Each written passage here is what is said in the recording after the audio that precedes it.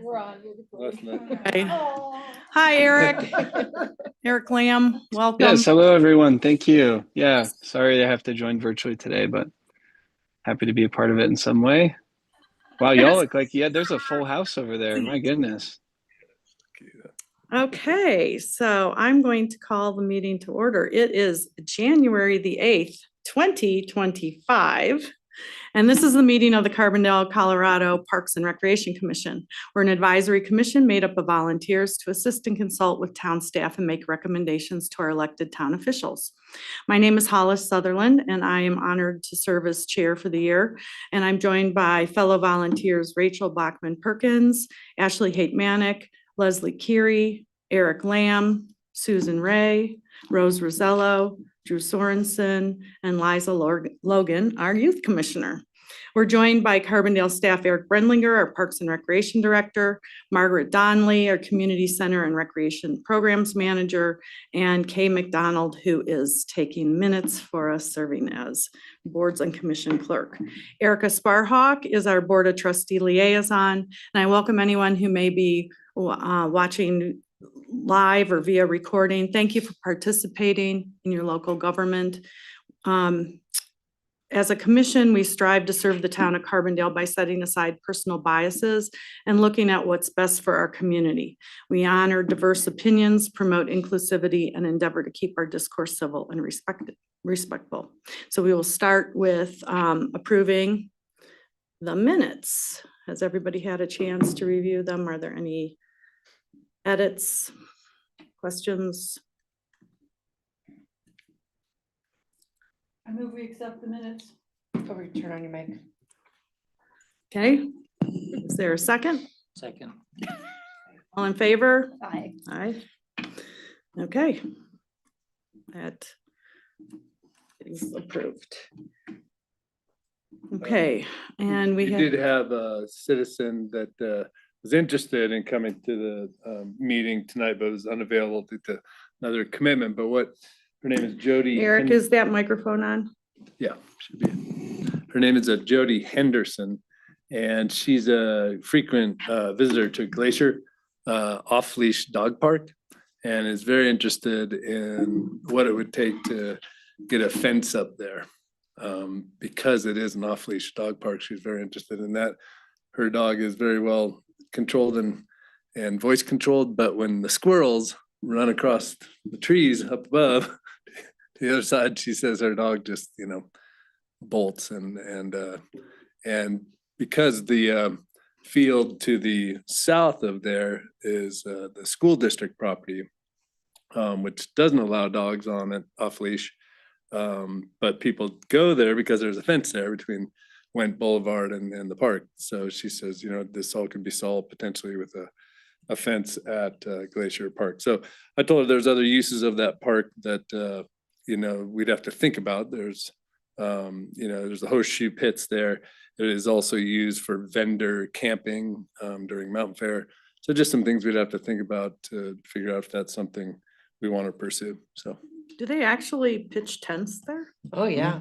Oh, they do. Yep, and that's where all the RVs line up right Yeah, there. I too. know, I've seen all the RVs, but, okay. But so she just wanted to start the process, and I let her know this is the first step in a political public process to get something like that accomplished. Do you know how that ended up being a dog park? It's so small and it's not fenced in. So it's like, do you have any idea how that ended up that way, Eric? I don't, other than the philosophy of, not having our athletic fields be dog parks. So, Yeah, which they're still out there. yeah, Well, so on that athletic field. I just want to say real quick, that's literally in my backyard. Yeah. Couple things to note. There's pretty much people there with dogs almost every day, all the time. a lot of times. They're there running their dogs. see 'em It's all just, the it's a time. quick lunch stop. It's a quick stop right after. I would not really want to make a lot of changes to that area for that reason. My concern with the fence would be that people would think it was a dog park versus the dog park that's actually across the street. And I would not want that vibe at the end of our street. I wouldn't want to change the vibe that it is already right now. So I like a fence, but figuring out how we discern this fence with like a dog park fence, maybe a fence with like an open area for the people to come in and maybe even more of an open fence, but could still provide a barrier. That was gonna be one of my questions was what's the differentiation or is there differentiation between a dog park and a dog friendly park? Cause I think to your point, I think like if you look at like Hendrick Park or in the dog park, it's very, I feel like dogs do more damage in a dog park. And they're used differently than just a dog friendly space. Yeah. And I think that should probably be taken into consideration in that conversation of, you know, how it might impact the space itself and how it's used. Okay, great. Yeah, so we'll I also let her know that there's a whole master plan process that's coming up, and we'll be taking a look at all of our parks too, and just their rules and regs through that process, and the use patterns of those parks through that process. But I'd let her know to have a little patience with us because it does take a while to get an idea like this vetted and figured out. So, all right. Okay. Okay, so moving on, we have an action item to elect a vice chair this evening. Last meeting, Ashley was nominated and Drew was nominated. And Ashley, when she and I talked, declined the nomination. Do you still feel the same way, Ashley? Okay. Okay, so we have a nomination of Drew, so we can just go ahead and vote. All those in favor? Aye. Aye. Anyone opposed? No. She's joking. That's a joke. Yeah. I can't. Eric, vote. I imagine, Eric Lamb, I imagine you're all for it. Yes, I vote aye, of course. Since you nominated him. Okay, well, congratulations, Drew. Looking forward to working with you. Yeah. All right. Okay, Eric, you want to bring us up to speed on the special events? Yeah, so what's in your packet is our agenda for kind of a draft agenda for our next meeting, which is next week, January 15th, 5:30 to 7 o'clock in the room next door here. And anybody's welcome to attend that meeting. It's open to the public. And what we're trying to do at that meeting is really finalize our calendar of events for 2025. Look at the historic events that have changed dates or have changes to the events themselves. Get those kind of approved through the task force process. Look at new events for 2025. And then discuss any changes in the process or additions to what we're going to do for 25 compared to 24. And really the big change is street closures. And so just to bounce that off of the commission here will be important tonight to look at what we're proposing as staff and what is going to be the largest piece of discussion about in this meeting. Staff really feels like the long street closures that go from Went all the way to Snowmass Drive, when there's not a parade, when there's not activation in that from 3rd Street all the way to Snowmass, that it's a battle, and we're creating a pedestrian friendly zone, for First Friday that doesn't have any activation in that end of the street. So a lot of people are like, why are the streets closed? That's the feedback we've been getting as staff trying to manage and those closure points too. And so if there's activation down there, which the Carbondale Chamber really worked pretty hard on that for many years with First Friday, bringing down farmers market to that zone, live music, buskers. And it worked when I think there was activation in the street down at the end when Carbondale Clay Center and Marble Distillery would kind of team up and put an activation in the street, whether it's a band or you know, a fundraising event for the Clay Center. They are still interested in activating that portion of the Main Street, you know, during First Fridays. You know, but with our recommendation to not close the street down there, they'd have to contain that on their own properties. That's not what they want, but it's kind of our practical solution to it. The other option there is to think about the way we used to do it, where we'd close down Main Street to Third. Third Street would have north-south traffic. Second Street could have north-south traffic in the same manner. That block in between Second and Third would be open, parking, traffic, north-south, access to Sopris Lodge, which is important, I think. You know, when we close down the big Main Street, we actually take away that normal kind of fast access to Sopris Lodge. I'm thinking about emergency vehicles with that thought process. And they'd have to literally utilize the alley way to get there. That's the way the detour actually works now when we close down along Main Street closure. So there's some public safety issues that we need to kind of think about too with that process. So there's a couple ideas on the table right now.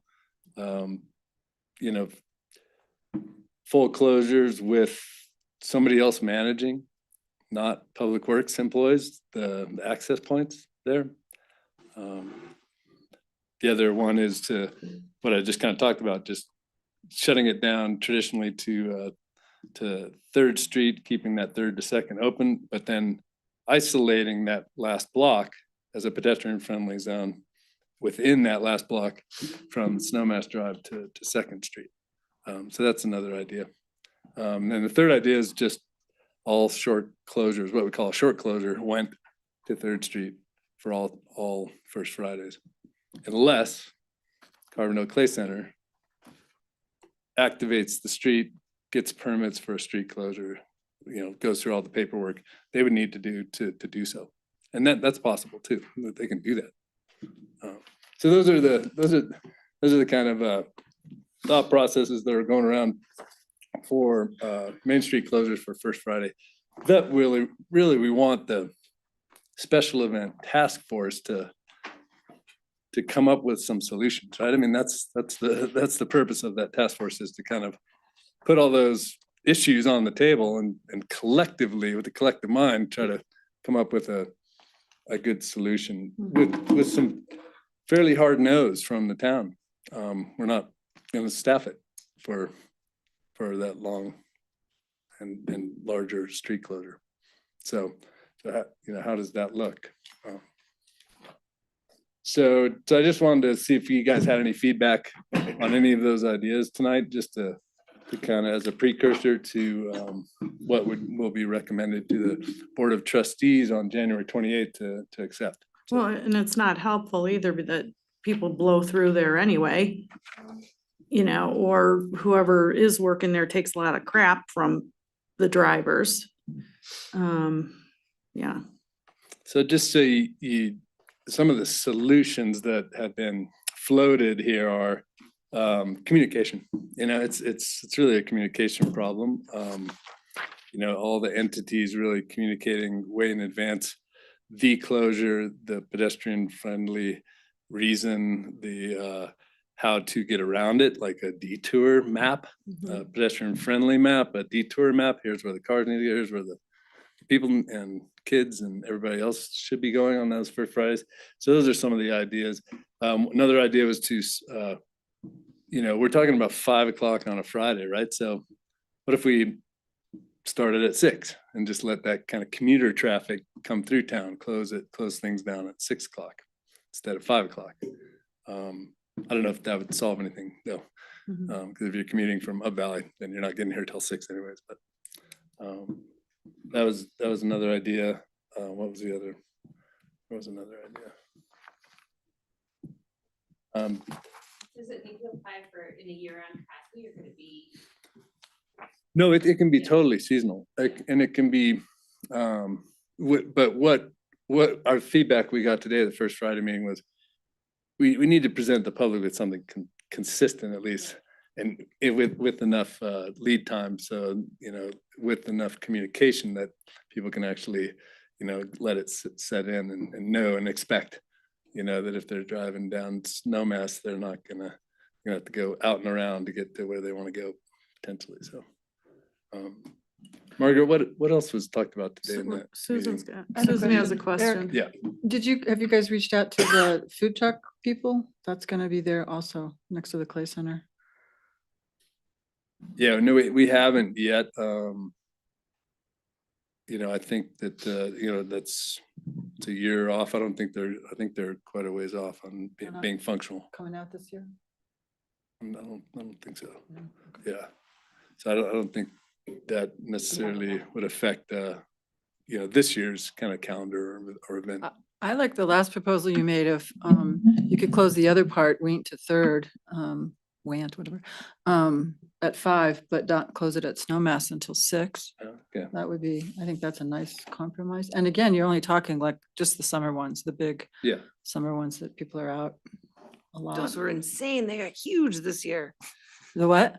The summer ones, like, Yeah. who are all these people? It Yeah, was crazy. But Yeah. are you talking about the one too where you keep the driveway open to, so it's just that half of that block, not, or, so the driveway's open to Soper's Lodge? I think keeping Second open Yeah, as a through street, but closing Main yeah. Yeah. at 6 o'clock at Snowmass, Yeah. not, I think 5 is a little early. When we were doing a lot of events with Age Friendly, it's like, it really didn't pick up until 6.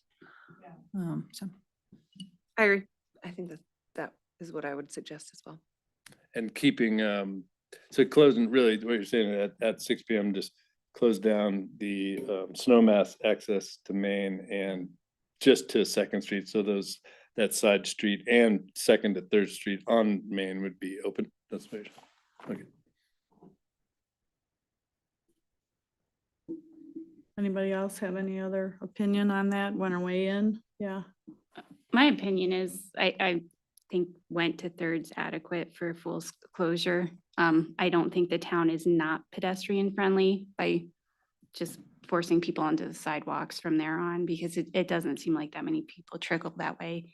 If the groups at the end of the road want to pull a special permit for the few times a year they do something a little more intensive, then it's a different scenario.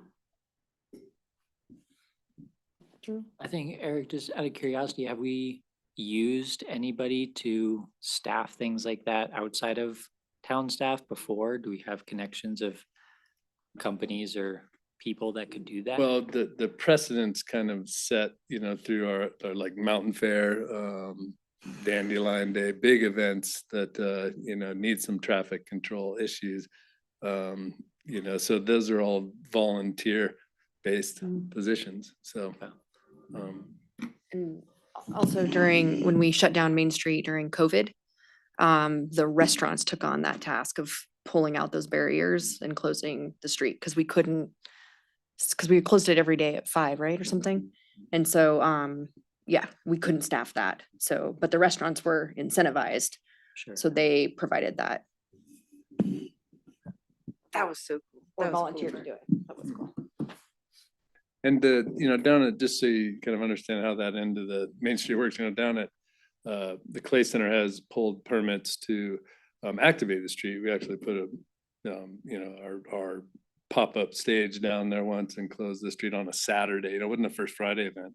So, but it was just that section of street that we closed for them for a special fundraising event where they activated the street with food service and food trucks and stuff in the street itself. So Is it cumbersome for them to put a permit in or something like that? I mean, because if it's a First Friday and there's nothing going on, why would we have that closed off? But if they did decide they wanted to do something, can't they do something simpler by calling you and saying, hey, we'd like to have, like, yeah, they 2 months are in advance or requesting, they'd have requested a street closure for activation events for the May, June, July, first Fridays. First already, yeah, Fridays? Yeah. Oh, okay. for next year. So I would say that we Yeah. went there pretty much every single first Friday. And a lot of people were in both places. Yeah. Especially they had music going on, so the kids would be dancing in the street and you could hear the music maybe from the restaurant or go in, and it was nice having that open. There was a lot of people utilizing it, I'd say. Is August first Friday less attended? yeah, because August first Friday falls right after Mountain Mountain Fair. Fair. And so it's we put a band in Chacos Park, but always like Value Musico played, so very mellow bossa nova style music, and it actually was good, just bring everybody down after Mountain Fair. So it actually has worked pretty well, but it hasn't been a big First Friday themed event, First Friday. So Yeah, it will be August 1st, the first weekend. after. yeah.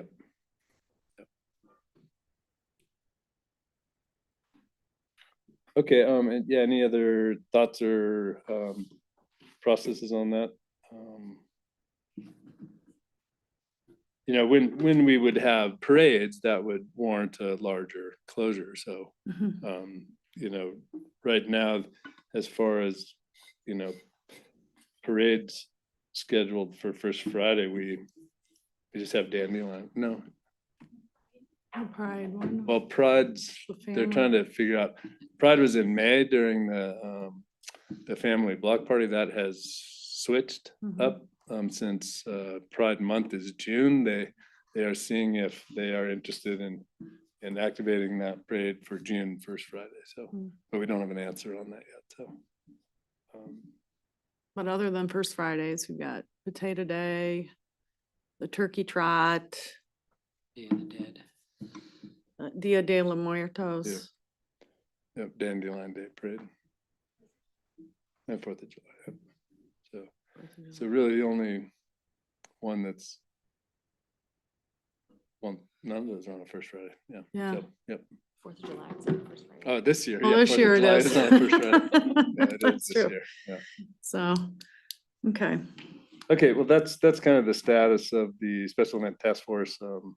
Yeah, anybody's welcome to attend, and that's what we're going to try to figure out on next Wednesday night. And I gave you the agenda just so you can kind of see what some of the alternative date options and changes are for some of the events that are historical. So. And Eric, I think the only other thing I remember that was also an option instead of manning or with the threes was hardscape closures, like trying to figure out stages or hardscapes at some of the busier intersections. Yeah. That would still allow, emergency vehicles access too. So that's the tricky part about those, they're talking about the large, mobile things that you put in the road that stops somebody trying to use a vehicle as a weapon. So, Mhm. Unfortunately, we have to think that way these Yeah, days. we do. And we did try that out one Mountain Fair, I think, if you guys recall, and those were just loaners to us just to see. We can't afford Oh, yeah. this, but so we had a long conversation just about bollards and how would those be appropriate in different locations, and those are designed actually to be used at Chacos Park, and so we are going to have an experiment with bollards and how those work, but they're not designed as vehicle barriers for somebody who's using a vehicle as a weapon. So Doesn't the city of Aspen have something pretty cool that they have? that's what we used. That was the thing that we borrowed? Okay. Those are on the mall, and they're more permanent structures, so you don't. This is really something that I'm move thinking of, those. that they just go and they set it up. And it kind of like, it's got like a, Yeah, Palisade Farmers Market has those at every entrance as well. They're like a tow behind thing that you can set up and then drag behind a vehicle. right, and they're like this big, and it's like, stop. Yeah, and They look pretty chunky. They're super They're chunky. very Yeah, angry- they're very super heavy. angry looking. Yeah, they do look a little angry, but they When you also get look 'em. portable. They look angry but portable. Yeah. We can paint smiley faces. on We them. can, we're We'll get- we're we'll still get the- Carbondale. We'll get the middle schoolers on it with their art project. Huh? knitting all over there. Oh, I could help with that. That's key. Yeah, and then the police chief is actually looking at, some options for that and what would be affordable, easy to maneuver and put into place. Because, he's worried about it, so. Well, yeah, I think we do have to. Yep. I think we have to be aware and yeah. Okay, yeah, so what else was included in your packet was kind of the calendar of events, draft for all of next year. So it is a draft form. It's going to change, but that is what we're really looking at to get approved, next Wednesday, as much as possible, and then we'll see what holes we have after next Wednesday's meeting that we need to, if we need to figure out some stuff before the 28th, so. So that's also included in there, just kind of our format there. It's the who would what the event name is, who the contact is, who's producing it, what the timeframes are, and where it is. So On closing Main Street, what would be the plan for July 4th? Close it for the parade, open it, close Yeah. it again? yeah, probably. Yeah, because there's too much of a gap there. There's you have where the parade's done at 11, and so. Yeah, so, and you want to, not block off the whole town for the rest of the day. Yeah, exactly. So, that would be the plan, just to reopen it and then reclose it. And then as far as, that is the historical Mount Sopris Music Fest that day. And so, on the first Friday in July. And so how that event evolves around the fact that it's 4th of July, we still have not figured that out yet at this point. So, but that would be being worked on.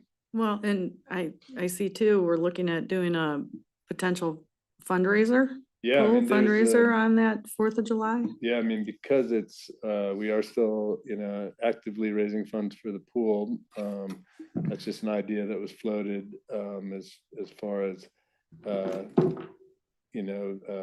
fundraiser for the pool on the 4th of July in conjunction with Mount Sopris Music Fest. And so the idea there is that how do you make money? How do you actually have some revenue sources with some of that is a beer garden, downtown, and so pull a liquor permit for Chacos Park and have that's where the Mount Sopris Music Fest would take place, but it would be a donation event, I guess. That's the way to say that. Just an idea. So we're floating it out there, seeing what people think about that. So.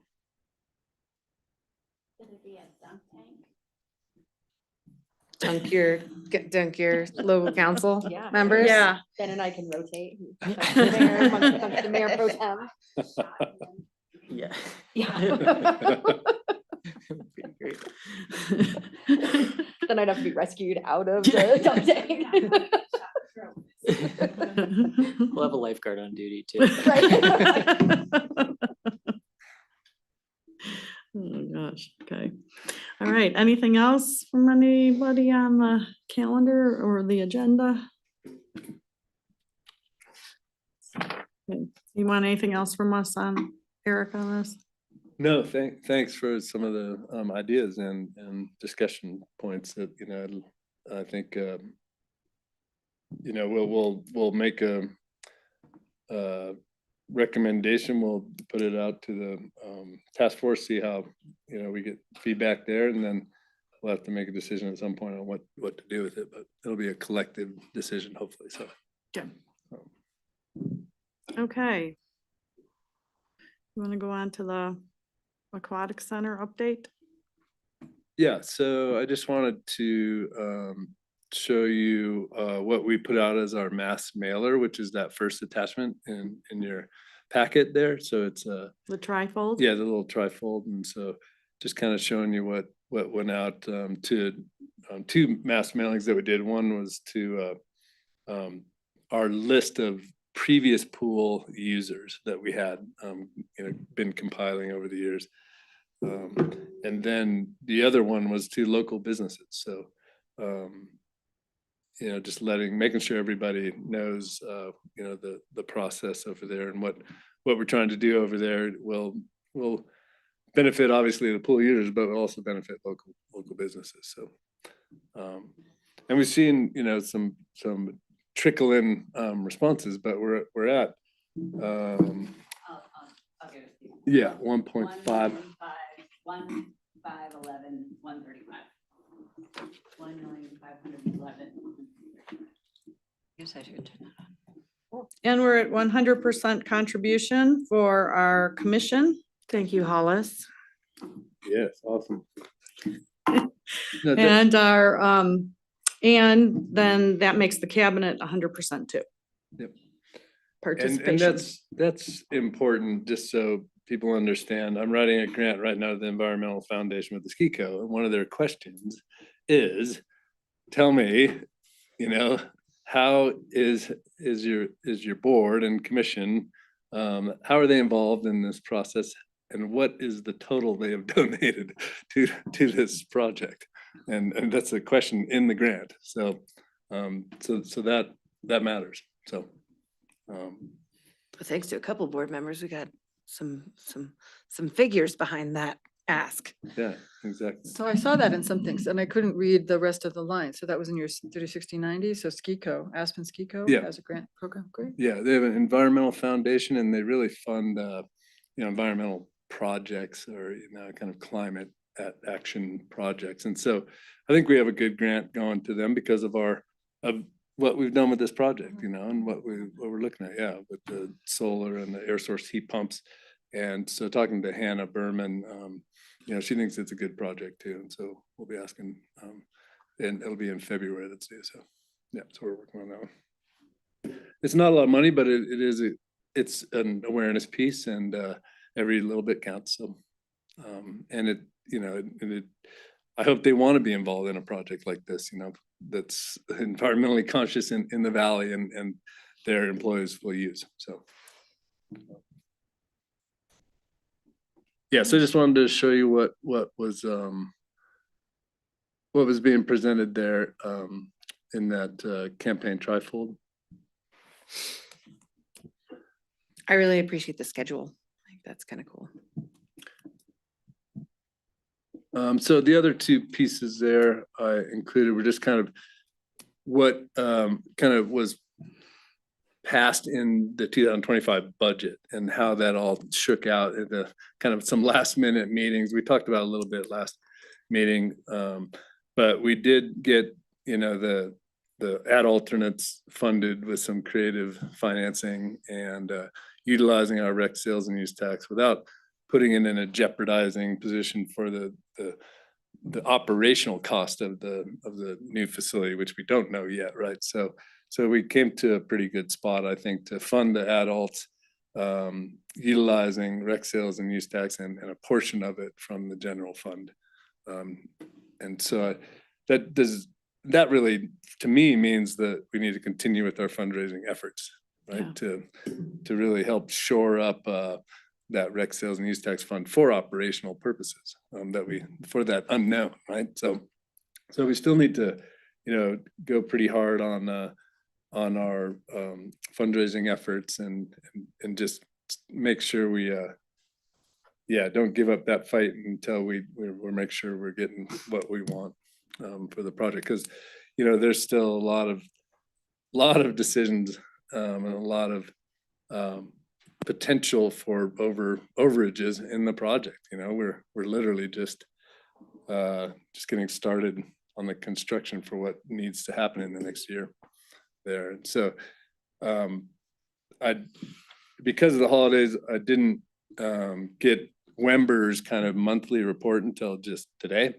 So we did put it into that. Hopefully y'all got that.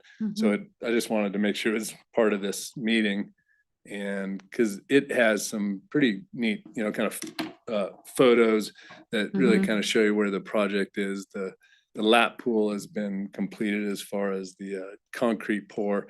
They're now starting to form up the activity and rec pool. So that'll happen here in the next couple months. They are starting to dig the sewer now too, the sewer lines. That's fairly imperative because of where the Forest Service project is with their project. That needs to be the next thing kind of worked on and connected, because the Forest Service project's ahead of our project, and that is their sewer line too, that we are replacing and relocating. So that's the next kind of, those are the two big pieces of work that'll happen in really the next month, I would say. So, and then you can always go out and check on, in Carbondale Connect, the timeline, and which and it gives you a live footage. I check that almost every day, the live footage of the site, and just to see what's going on out there. And so there's always something happening out there, always people out there. It's just kind of neat to see the timeline and watch it be built. So we are going to utilize the town lot right over here for some spoils storage for the sewer project, because there's no spot on site to do so. We're also going to utilize this parking lot over here for the storage of a lot of the large boulders that we dug up there at the project. We're digging the big pool, because we're going to reuse those boulders for landscaping there. And so right now they're sitting on site and in the way of the next dig. So we're going to move those over here, and I think this is going to happen. This all happened today and yesterday. So we're probably going to line those up over here. So they're not going to take up a lot of, like, it's not going to be this huge pile, but they'll line them up kind of on the edge of that property. So it's not going to take up a lot of parking space, because that's the concern, right? That parking lot is full when we have summer events and downtown events. When we close down Main Street and take away some of the parking, everybody parks in all these other areas. So we think that that'll work, and the spoils are going to be there for a little while, but then they'll go back or disappear. But those landscaping boulders, they're going to be there for a while. And that's kind of the last piece of the project. So if we line them up, like they're almost meant to be there on the north side of that property, they won't be having they won't be needing to move them every time they on the project over there 5 different times when they're working on different pieces of that project. So we think it'll work, but that's the plan. So that was all figured out yesterday and today. So I just want to share it. Eric, I had a question about, as you look on this financial thing, the scenario 4 one, and trying to understand, why are we taking the bond stuff out each time?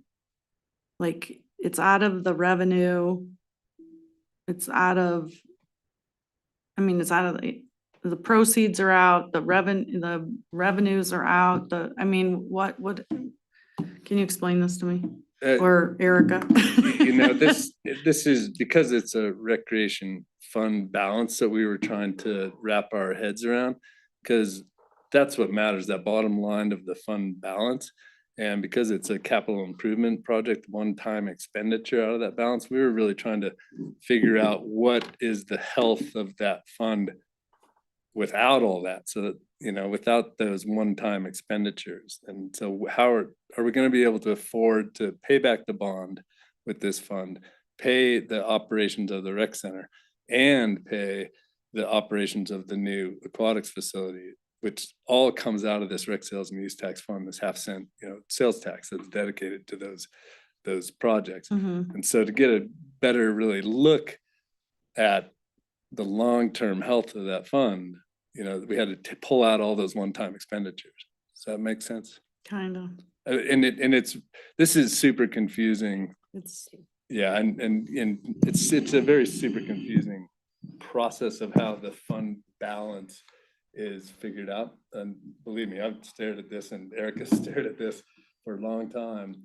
And what we finally went back to is, okay, what's our bottom line? What's our cash in hand after all this, on an annual basis that we can kind of rely on? Is that 80% of our operating costs, which is our kind of fund balance policy, right?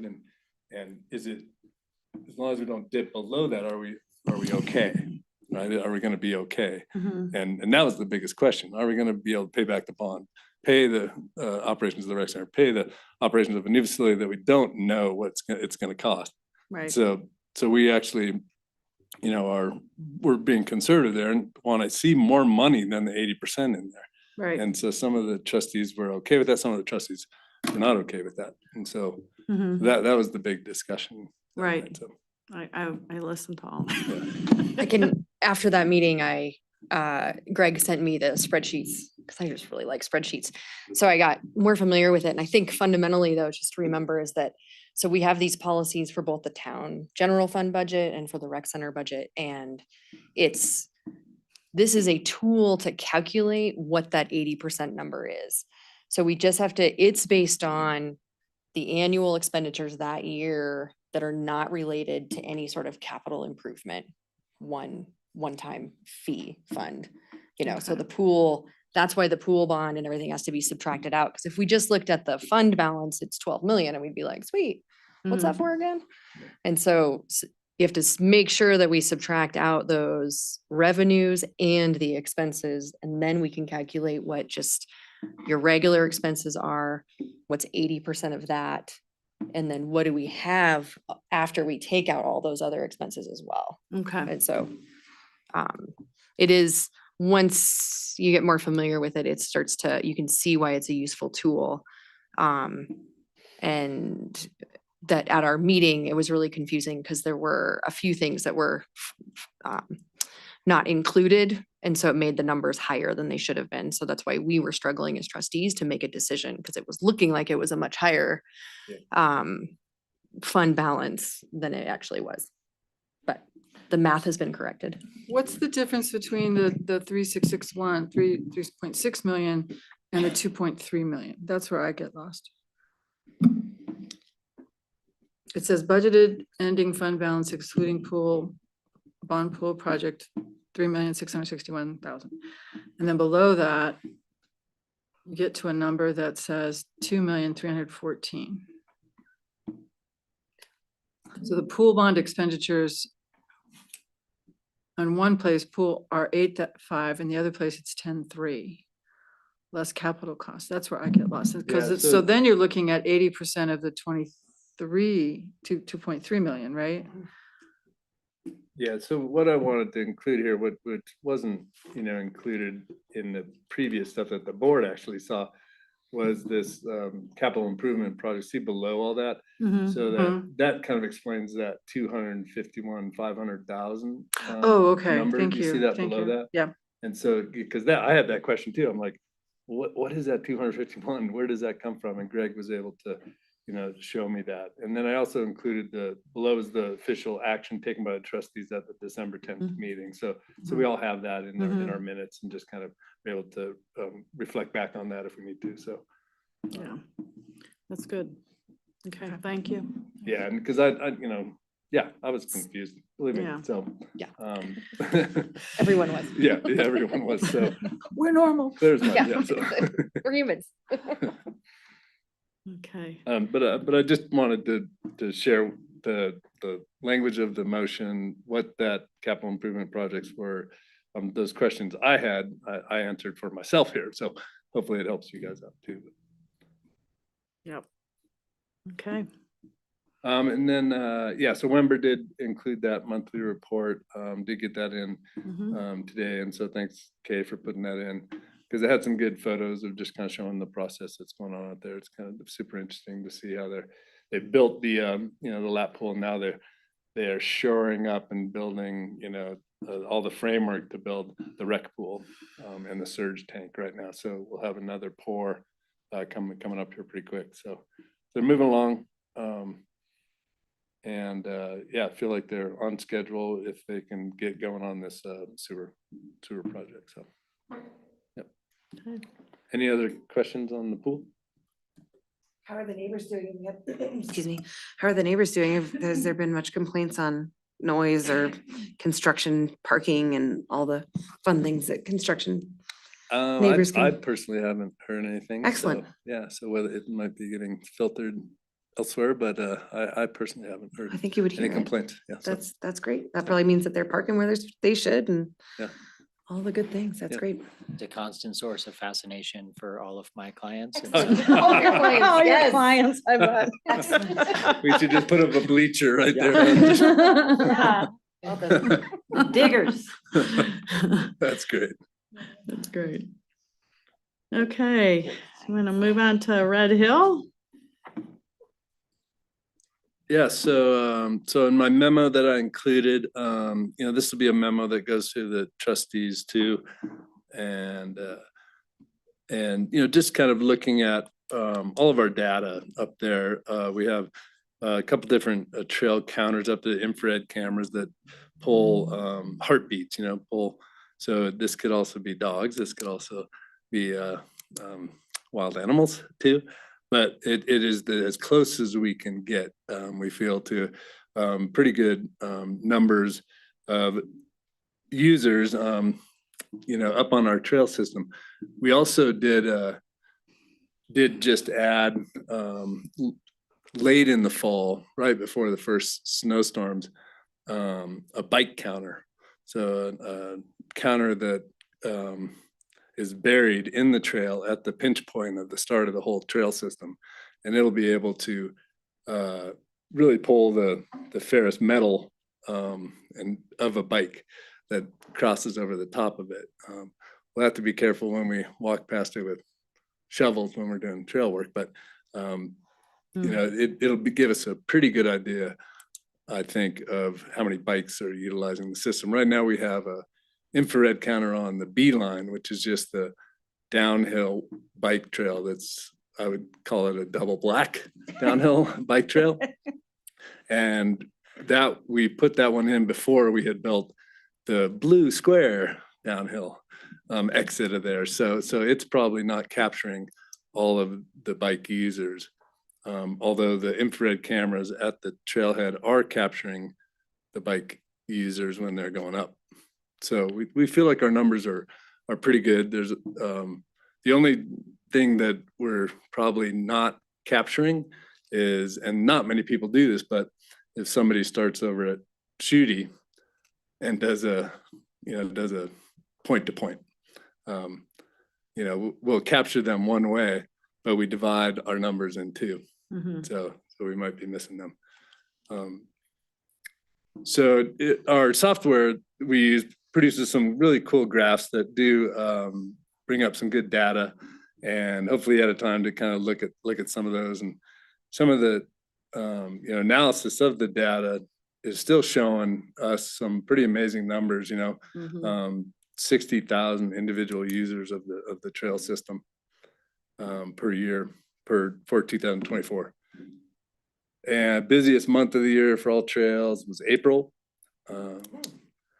2,000 more users than the second busiest month of May.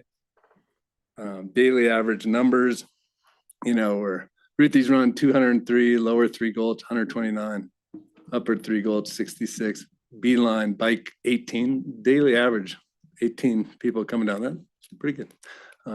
Total daily average use 166. Another interesting thing I thought was days of the week and the weekends did not have a large increase of users compared to the weekdays. So weekdays average 13% of our weekly totals for the 5 days consistently, or a total of 65% of the weekly users, and the weekends average 17% per day of the total weekly users. So not a big jump on the weekends, more of a consistent 7 days of use up there. So Yeah. really being utilized by locals around here. And the one that was really neat on top of that was hours of day data showed the most popular time to be on the trails was 8 a.m. to 9 a.m., which surprised me. So a lot of morning users of that space, which is good when we're in the mud season, right? And because that means they're actualizing some of the trail etiquette of utilizing it when it's hard and not hot and muddy. So I thought that was good too. And then kind of the fiscal analysis. We do still have the Aspen Valley Land Trust maintenance endowment, and we finally kind of figured out how to utilize that through but their finance, director and our finance director, how to get that, figured out for auditing purposes for both organizations. And so we utilized $12,223 of that endowment that was raised by Aspen Valley Land Trust during the Save the Red Hill campaign, now many years ago. So we're going to continue to do that. We're utilizing Roaring Fork Outdoor Volunteers trail crew. So they have a dedicated trail crew that you can hire, for a week. And so we are contracting with them for two weeks of their dedicated trail crew. So versus a public, so that's the difference for Roaring Fork Outdoor Volunteers. We are kind of spending our money right now on that dedicated trail crew because of what we're doing on the trails, which is armoring the trails, which is you need some highly skilled people to armor those trails correctly. So versus a creation of a new trail, which can be many, public people you can train in one 20-minute session to do what you need to do to build a new trail in that terrain.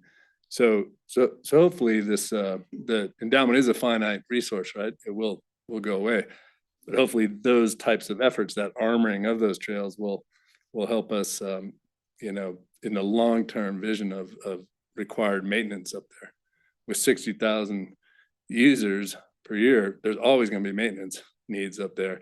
But if we armor the trails correctly, they'll be more sustainable. So, Eric, didn't we have numbers last year too? I know it's probably not because it wasn't as sophisticated as what we're doing now, right? But how? we had the same numbers, but it wasn't a full year. Okay, Oh, so no. is it tracking pretty much the same or? Yeah, Usage. It's about the same usage as we had last year. Yeah, Okay. and I didn't include like a comparison. I don't think I did in the data, because there's the ability to do that with the software.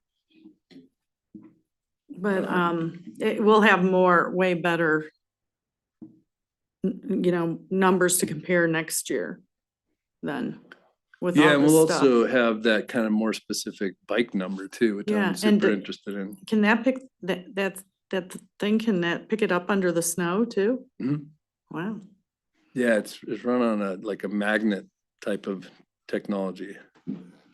Not to get super specific, does it pick up carbon bikes? Is there enough metal on a carbon bike that it'll read it?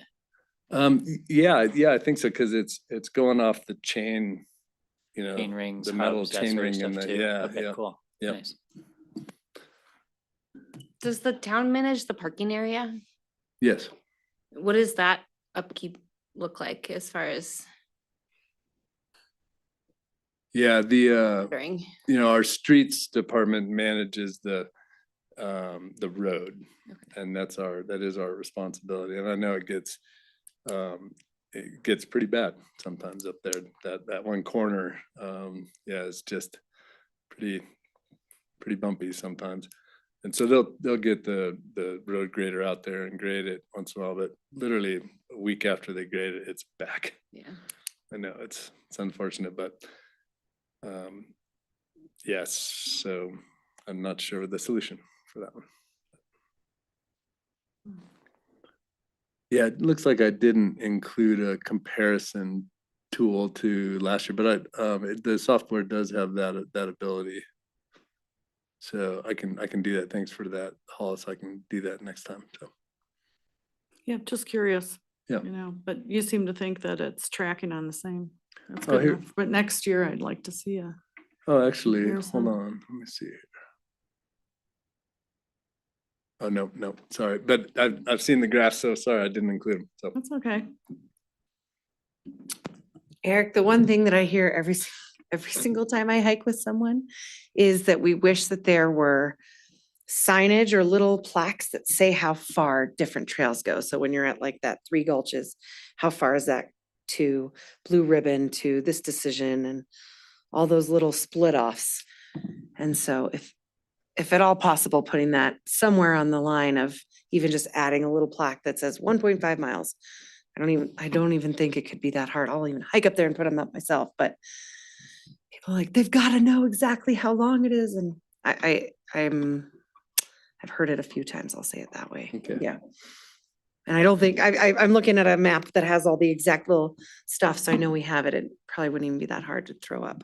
Though everything is a process in government, as I'm learning in my new job. Yeah, we didn't include that. In And I our remember that original, discussion. Yeah, planning, yeah, it just didn't happen. Yeah, It got really complicated when they started to look at I all the know. little pieces and parts to it, and our map was already very complicated, so. Yeah, But it's not that it couldn't a little exist. add-on that's 1.5 miles too. I guess because where are you going, but maybe from place to place, like Yeah. this one I'm looking at. And I know it's not the first time that's been asked for, so, yeah, no, I hear what you're saying. Okay.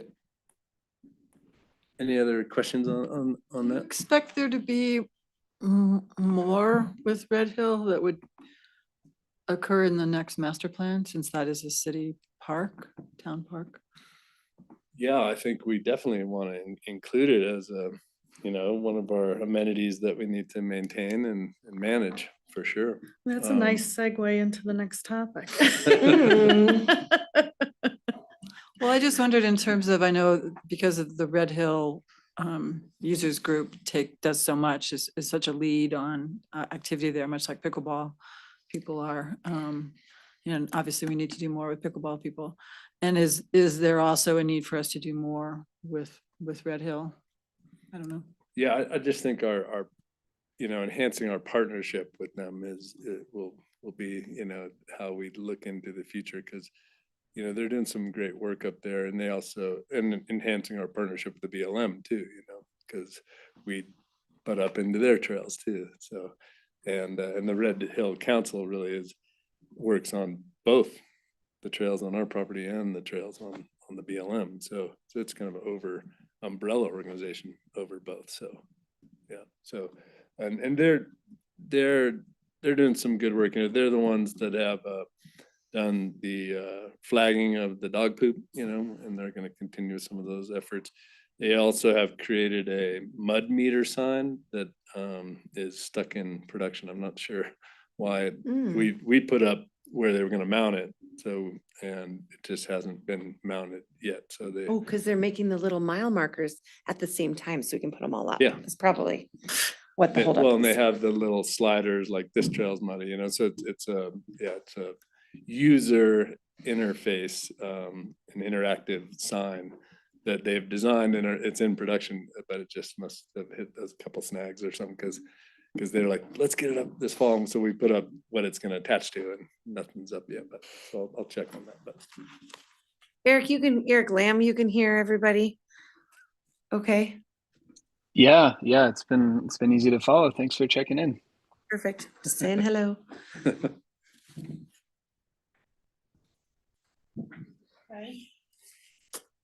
So, Susan started talking about our master plan.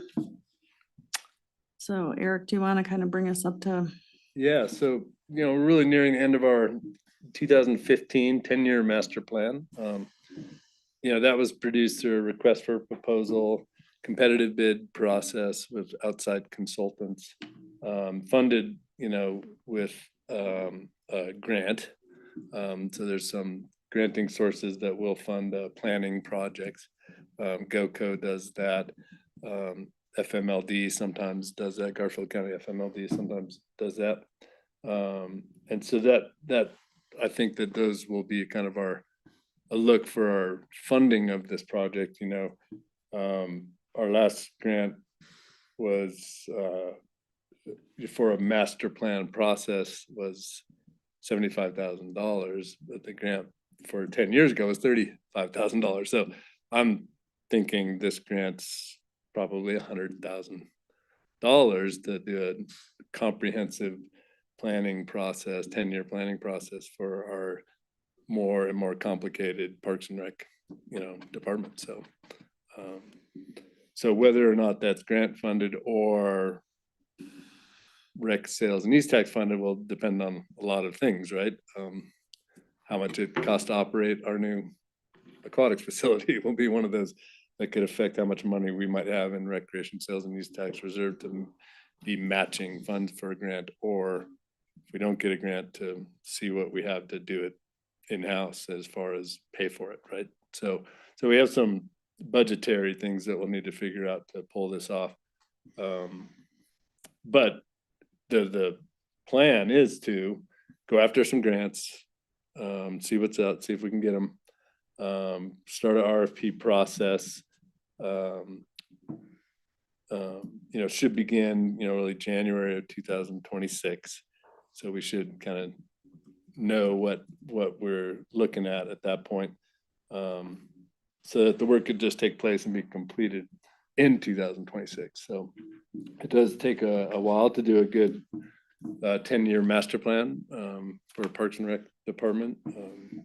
So that work could all take place in 2026. So the discussion really here is what we can do, this year is to really work on what we would like that scope of work to be. And I think we utilizing our last master plan and what we asked for in that RFP process and adapting that will be kind of a first step. But we have changed so much since then in that last 10 years on just what properties we are in charge of, that I think, obviously we need to revamp that, lay it out so it really matches our present needs and our vision for the future. So that's the process I think that can be taking place, throughout the course of our monthly meetings for the next couple months, the next 4 or 5 months. So what I included in the packet was really what we had used in 2015 as a scope of work request for a proposal. And so that's just a starting place, right? It's looking at everything we asked the consultants to do, to put in a proposal, for that work at that time.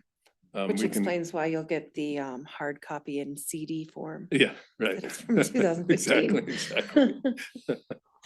Yeah, exactly. And people still weren't trusting the email process. It's on here still. It's like, oh, sweet, CD. Cool. Maybe we can. Yeah, exactly. So yeah, things need to be changed and adapt. But so we are, this will be a comprehensive plan, and by that I mean, we're going to include parks, recreation programming, trails, cemeteries. We have a lot more parks than we did in 2015. Got Chuckos and Ramey Harvey. We have a lot more trails. We had 25 acres on Red Hill that we didn't have at that point. So and then our cemeteries really should be included in there. They're part of our purview. They're part of our management, and they are going to need a pretty hard look. Of where they need to be in the next 10 years to be efficiently managed. So what, Hollis, why don't you kind of give a little aspect of what you think the commission's kind of process should be here? Well, we want to kind of figure out. Well, I think we want to figure out what our process is. Yeah, and what people are interested in. How do we want to capture that? Yeah, and maybe you can help us a little bit, Ashley, or who has worked on like RFPs for a plan? Like Rachel, have you and I know Ashley, you have. Drew, have you had to do anything with the Little Blue stuff? No. My only experience is here with the RFPs we were looking at. Susan, have you had to do anything? Okay. All right.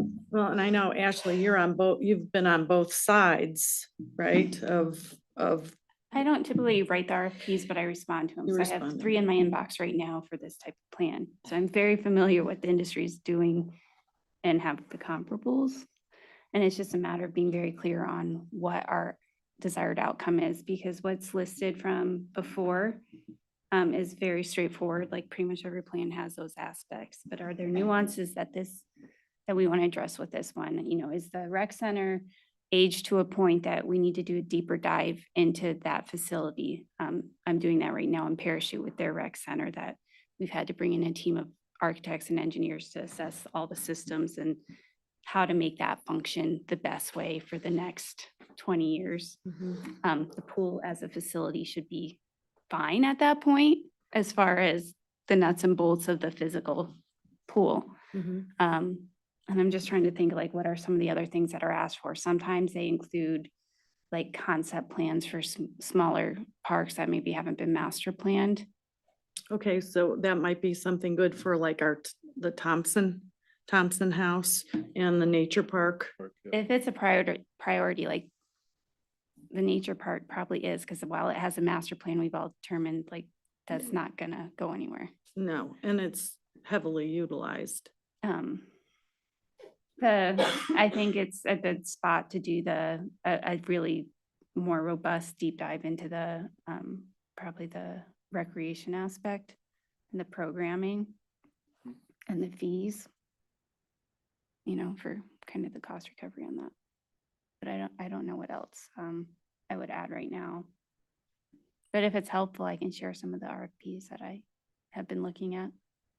Well, you know, do you have any suggestions, or any of you that have worked on these kinds of things, of how we could best go about looking at this and, you know, highlight, you know, helping Eric come up with something like this? We've got, so is this a good baseline, the previous one, and then we just like add to it, like those things, the highlighting? Like, I agree with you. I think the rec center needs to be looked at. I think we've outgrown it, and, you know, that kind of, you know, that and the nature park, and at least from our bike tour, we talked about the Thompson House, you know, and at least having something bookmarked in there, you know. Can I back up a step? Yeah. Are you asking, Eric, you're wanting to issue an RFP next January of 2026? That's the plan?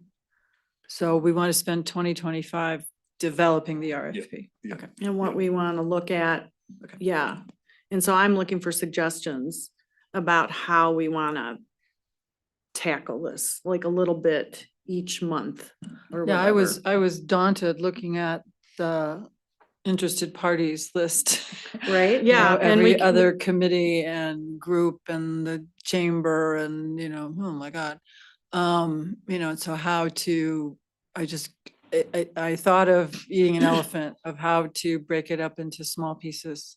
Like it's gonna be like a trails task force and a rec center task force, and I mean, nature park all by itself task force, right? I mean, and then playground parks just seems like there's a lot of different elements, and maybe figuring out how to divide it into workable chunks And and that's what different we groups did, of 'cause people.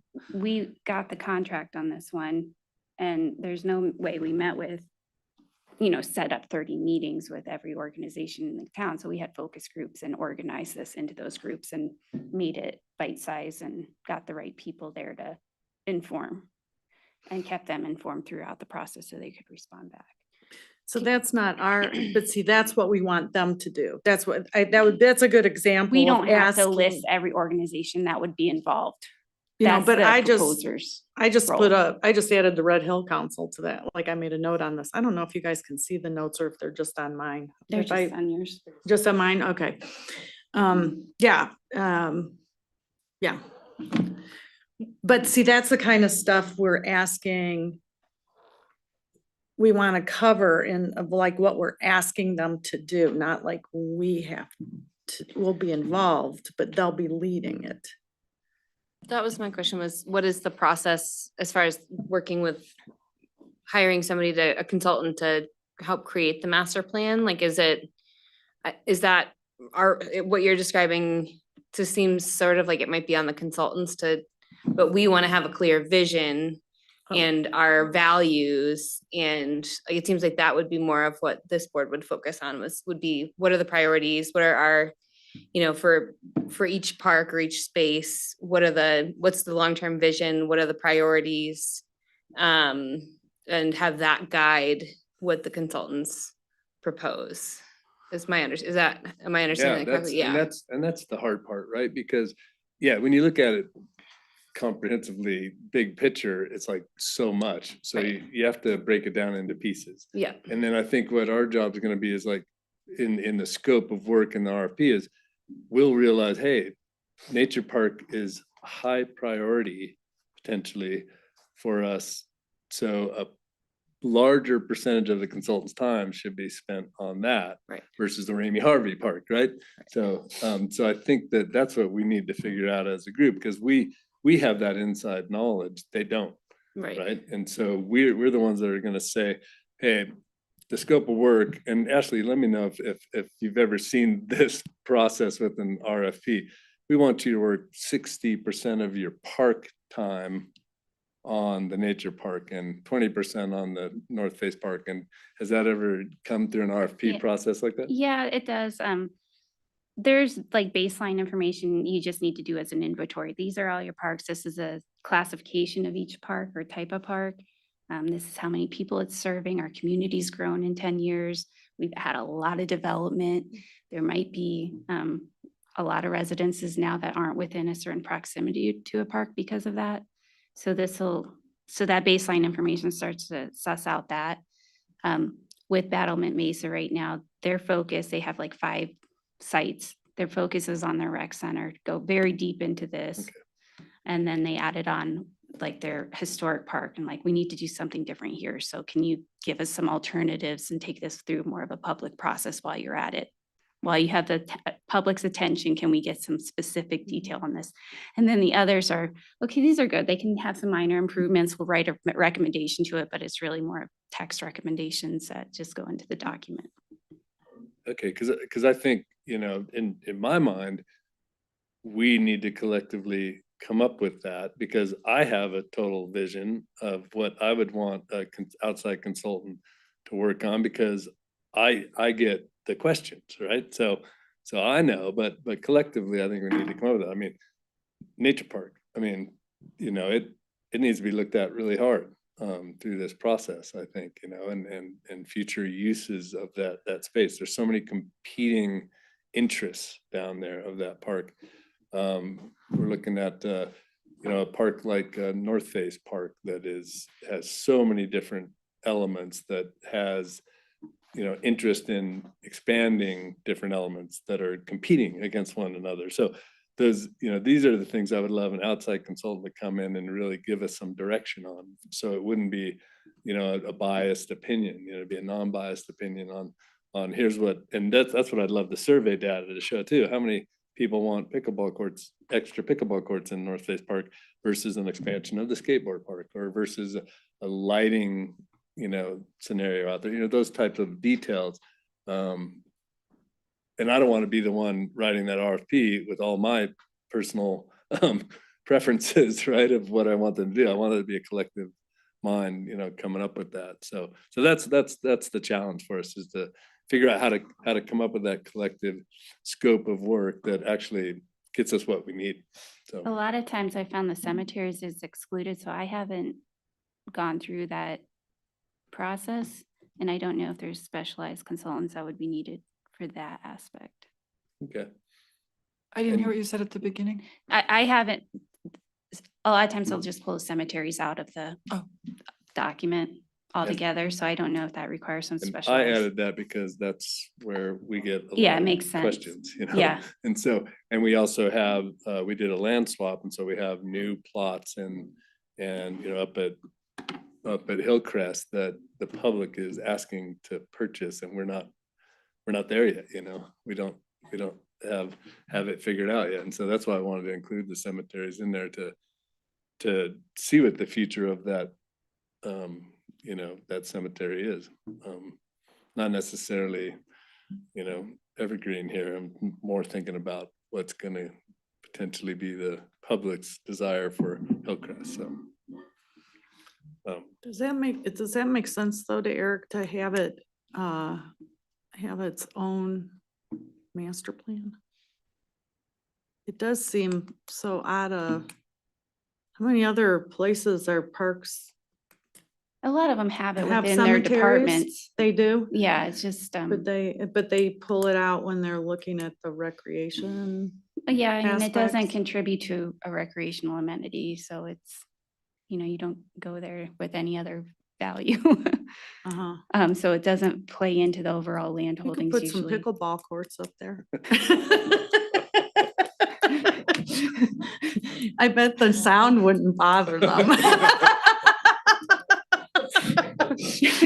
But I would say, like, I think a focus that we've come across over the last number of years is a fee structure that the town's using on different properties. So like we got into it with the campground, and having an outside consultant really advise on that would be of importance to me, and kind of testing out the public's willingness to accept incremental change and Yeah, and benchmarking that, so it's a vetted, recommendation in the end. yeah, Yeah. and running it by the public, asking opinion. Yeah. So maybe the first place to start then would be coming up with our priorities, like what It wouldn't hurt. buckets, huh? It wouldn't hurt. Like, where would we put emphasis? I Like still who- think the format of the RFP itself is pretty Yeah. general. But if we understand where we want emphasis and can explain that, our goal is to get multiple firms to give an apples to apples proposal, Uh-huh. and then just pick on qualification. Okay. So, okay, so if we're gonna look at priorities then in February, what kind of information do you guys think you need to figure out priorities? Because I mean, there's a bunch of different ways we can do that. We can have, big, we can make a big list and put dots by it, or different, so that we have a visual of what everybody's in, but,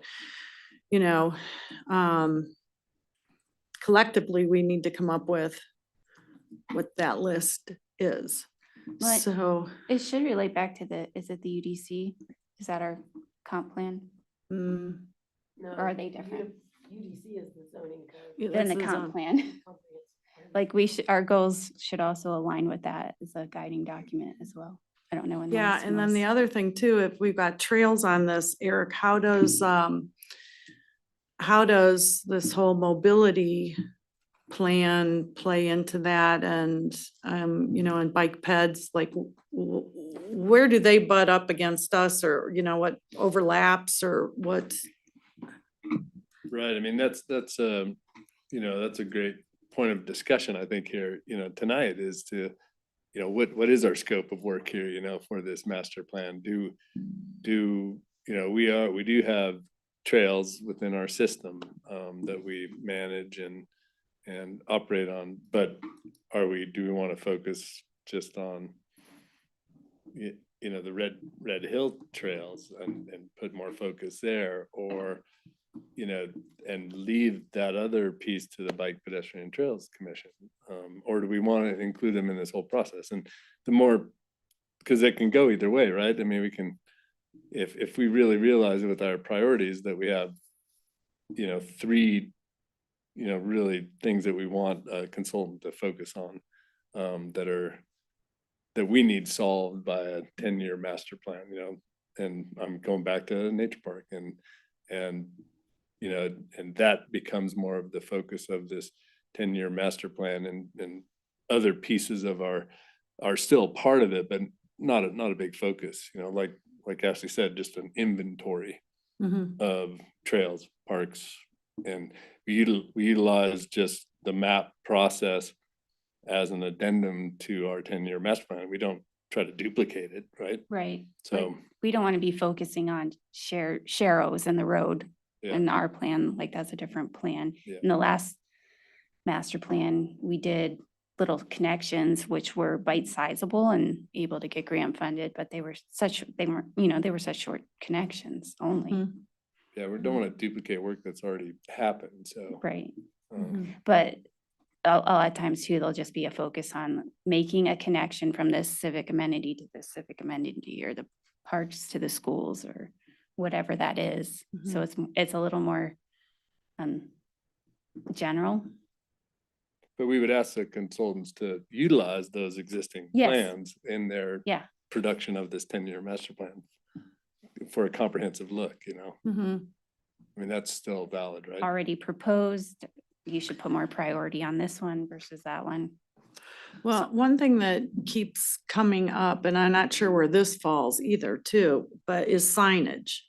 Right? And that was coming up on the, you know, the mobility thing and our sign, we were talking signages and then, you know, we already have some signage going on the Rio Grande Trail and stuff, but we, you know, to me, it seems like we need a whole town, you know, a whole comprehensive signage look or plan or whatever for all of it.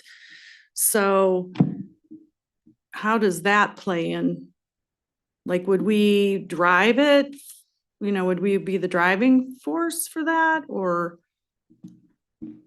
am I making any sense?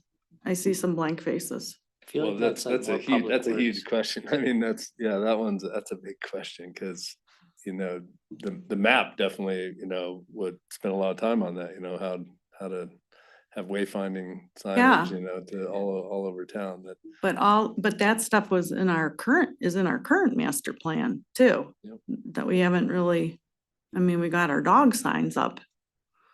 You know, It was a recommendation. It wasn't planned out to No, the but it's, specific locations. you know, but it is still, I think, you know, important that people can. I'm kind of thinking of this as you own a house and you're coming up on your time to rethink whether, you know, what your maintenance schedule is and what your dream house is going to be, right? The rooms you're going to add on to it or whatever. And one of the things that I found, I think, to be a problem in the last master plan was there were statements about things like the signage plan or, yes, it's a priority to maintain what we have, right? But no real schedule of how that was going to happen, right? And so we're 3 or 4 years out and we still don't have a new bathroom at Gianetti, right? Because all these things that should have been maintenance, if it was your house, you would have fixed that bathroom, right? You wouldn't have put on a new patio in the backyard until you had a toilet that was working. And so, you know, I mean, we have porta potties, we have other ways of doing it, but it seems to me that a master plan, it's got your dream space, but it's also got your practical, these are things that have to be done. And yes, we've got 22 parks and I don't know, 15 bathrooms or whatever. And you just know that you're going to have to touch each bathroom, a bathroom every year, just like the road plan, or you just get too far behind with your maintenance and you know, throw your arms up in despair because what you want is a swimming pool or a hot tub or, you know, a sauna or whatever. And it's like so to me, the master plan, I'm getting redundant, but it both has to be big picture dreamscape and also focused schedule, A maintenance schedule.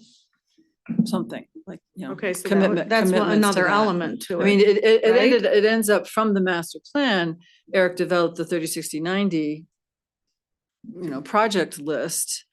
And,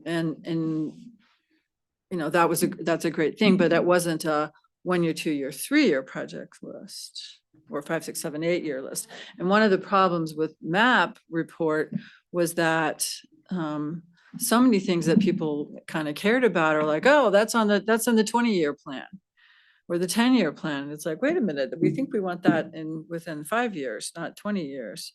And so there was a bit of a mismatch between the consultant who was hired for that and what, as I understand it, what BPT thought they were getting and what planning thought they were getting. And I know it just had to be, the contract had to be cut because it was at loggerheads. But so that's a piece that I'm confused about with this. And so another question I had here was, Eric, do you want just the Parks Commission to develop this RFP without consulting BPT or some of these Carbondale Arts, some of these other groups that you had listed on there? Or those other groups are ones that whoever the consultant is is going to engage all those people? Yeah, I mean, that's a great question for our group here, I mean, we do want a comprehensive look and not leave anybody out of the process, especially if they're a town commission, right? That is specifically deals with, bike pedestrian trails, so they need to be involved. We just where and when and how, I mean, that's what kind of needs to be figured out here, so. But yeah, we definitely want them involved in this process. In the RFP development or in the, Yeah, I think that they should definitely, when we come up with, here's our scope of work, are we missing anything, could go to Okay. one of their Yeah. meetings, right? So, but I think we need to come up with our scope of work here internally first, make sure we feel comfortable with that. And then expand it out from there, so. The ones I've been looking at online, Eric, don't seem to be as specific as we're getting, i.e. bathrooms and things like that. Yeah. Not sure if that's important. Yeah, I mean, there's that fine line, I mean, you don't wanna bring your own bias into this process. This is the hard part about it, right? Cause I definitely have my own bias on what I'd like to get out of this master plan.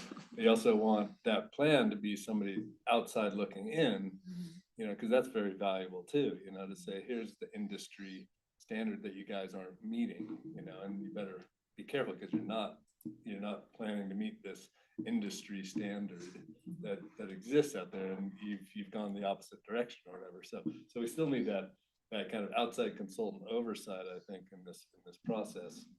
And so we don't want to direct them so much that our bias has affected the outcome. But we still have the ability to let them know what we want to be answered without creating a bias there, right? That's why the outside consultants, I think, are so valuable in this process. We can, if it's done right, you can go back and say, hey, they took an outside look at what we need to do, with all of our properties, and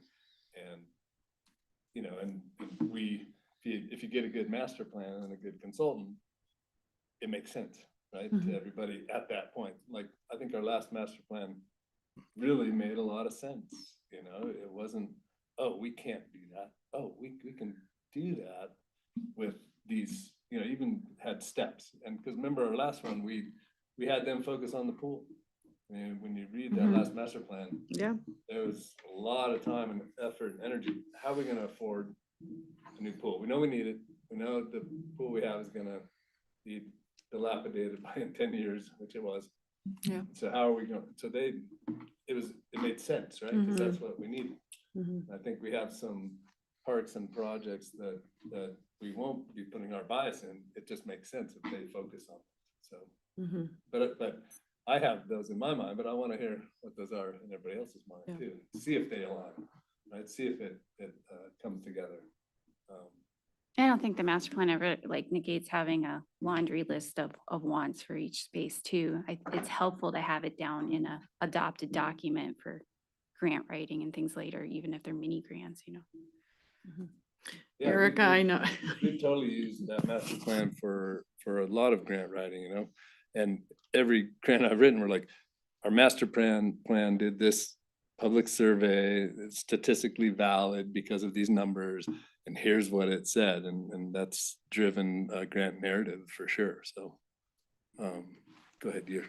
Oh, mine's really small. Okay. I was just gonna say, I feel like back on the wayfinding signage, the creative district also has had that they come and present to us, and that kind of a project that they want to be either a part of or could potentially be a lead on if we, as the board of trustees, kind of empowered them as like, okay, work with bike ped trails and work with rec center, and and then thinking of that, they could be a really key partner in getting some creative ideas in what else to include in the RFP or something, because they just make use of our parks so much that they could be really great to, and maybe it is presenting to their board, so it's not even just staff. It's like, okay, here's our scope of work. We're thinking, what are we missing in this or something? That's all. That's how I feel. I think I don't think it belongs in this master plan. I think this master plan says develop and coordinate with a signage plan, but this, you can't have every committee in town doing their own signage plan, so it has to be a cohesive approach. Yeah. And it really is an effort on its own. Mm-hmm. So that's up at the trustee level then. Well, I mean, we could, I'd be happy to check with, I just couldn't, I don't have my notes here and I just can't remember from the last discussion. I know the creative district has brought it up to us before. Uh-huh. That they would like to, and they even have, there are some potential grants at the state on like wayfinding, which is also finding the creatives in our community. Yeah. But we could maybe expand that to finding our parks, and then that way there'd be that consistent, Mhm. and they probably do a really cool job of Yeah. making it way more creative than anything I would ever think of. So I Yeah. think that could be a cool way to Mhm. do it. And then, yeah, just a reference in the plan. So then that Mhm. this consultant's not spending time. And this Doing board that. supports it too. I would imagine somebody here would be involved with that effort. Yeah, exactly. Right. Yeah. Okay. So, I think our next step is to have the commission come to the next meeting with kind of their own personal priority, goals, scope of work, and just to have their list. I mean, that's homework, but and that's a good starting point, to have a discussion of what moves forward, I think so. Just have it like, and create one giant list, right? Do you have At least to Google start. Docs there? Or is there, can we all share into a one document somehow? Not something. Okay, Kim, are we allowed to do that? I cannot do Google Docs because my Gmail, my Gmail is what runs the meetings. So I can't do it. Are we allowed to do it if it's, because is it That is not a to question be I can answer. I think public? that needs to be asked of Lauren or the town attorney as far as what? sunshine laws. Be a public meeting. Yeah, that's where we Okay, get what the would sunshine laws start happen, to kick what in would there, but- happen if everybody like sent me their list by the Wednesday before the packets due? And then I combine it all into a spreadsheet that goes into our packet. And then I can, if the nature park is on there 5 times, it's just gonna be listed once or something like that. And then then everybody can kind of see what everybody's thinking about. And we can go from there. Does that make sense? Are there already guiding principles for, like, I'm thinking about priorities of how things are managed as far as like, I think sustainability is always a goal, right? Both like financial sustainability, how much operating cost, but also like thinking, climate, all those kinds of things. Is there already language about that like to sort of save redundancy, right? Of thinking about like, well, there's, we want to do this and we want to make sure, thinking about the last meeting, somebody bringing up native species in the nature park and wildlife and those kinds of things. Are there already, just as far as like how parks are managed, is there already language like that we're working within that would sort of speed up certain parts of that process of like, of course, we would want to look at how we can do things with solar, like more green energy and those kinds of things. Is that, I don't know if I'm asking that clearly, but just thinking about kind of like as we go about, there's the priority of like the where, but also like with the how, is there already sort of some guiding principles that regardless, we're all going to be working within so that we aren't. Like town goals? Yeah. Town- the Or overriding- commission goals, that's within the comprehensive plan. Okay, Yeah. got it. There was a move like a year ago to do a committee that looks at the landscape policies standards and I think it was mostly on natives and water reduction within town properties, but then that got deprioritized. Yeah, because you were gonna be looking our liaison, right? It wasn't quite the e-board though either. It was like E-board. Be Friendly and a bunch of people coming together to to kind of look at the policies aspect. and- So that was promoted by Hannah Hunt. Yeah. And at the time, staff had their hands full with other things. Yeah. So that kind of got punted. But it will be coming back up because of the state landscape regulations that have passed for turf reduction. Yeah, and Rachel, maybe to kind of answer your question, those kind of policies weren't a part of our previous master plan, but there's no reason why they shouldn't be part of this next master plan. Okay. Our integrated weed management plan. Right. I mean, that was created after that last master plan Right. was built, right? And it was created out of necessity. Yeah. And so those, I think those need to be a part of it. What is our, environmental ethos and Right. and with our parks management, I mean, I think that can be a part of our master plan for Right. sure. So I think that is a good realization that some of the work we've been doing here was not in the master plan. Right. But it came out of necessity, so. Yeah, and looking at climate change and how it's gonna affect. Right. EAB, I mean, All yeah, I that mean, stuff. there's some I've stuff got that's that in- happened that we yeah, didn't too, see yeah. coming, so. Yeah, I mean, there is the environmental bill of rights, which I think is over there. I keep looking at it, but I can't read that far. And then we do have a climate action plan. Okay. It's kind of old at this point. It's like 2017 before things were really getting electrified very well. So it's kind of vague in those areas. And then the comp plan. And so it could be that those documents are sent out as like, hey, these are kind of, as you're brainstorming these as part of your homework, these are the kind of existing documents that we have that guide us in our decision making. mhm. And then I was just gonna say, Liza, you could poll your classmates at your school and get ideas. Yeah, too. totally. Yeah. It'd be good, it'd be great to, your peers and you guys use our parks a ton. It'd be great to get your guys' input. Yeah, totally. I have a bunch of friends who are very interested in my friend Oliver's on the environmental board. Oh, cool. So he's very interested in sustainability as well. Okay, so our next packet goes out on Friday, February the 7th. So if you guys could send me, and probably if you do it in a spreadsheet form, that might be easier for me to just cut and paste then. Send it, a list of, I don't know, your priorities or scope of work or however you want to look at this by Wednesday, the 5th. And then February 5th,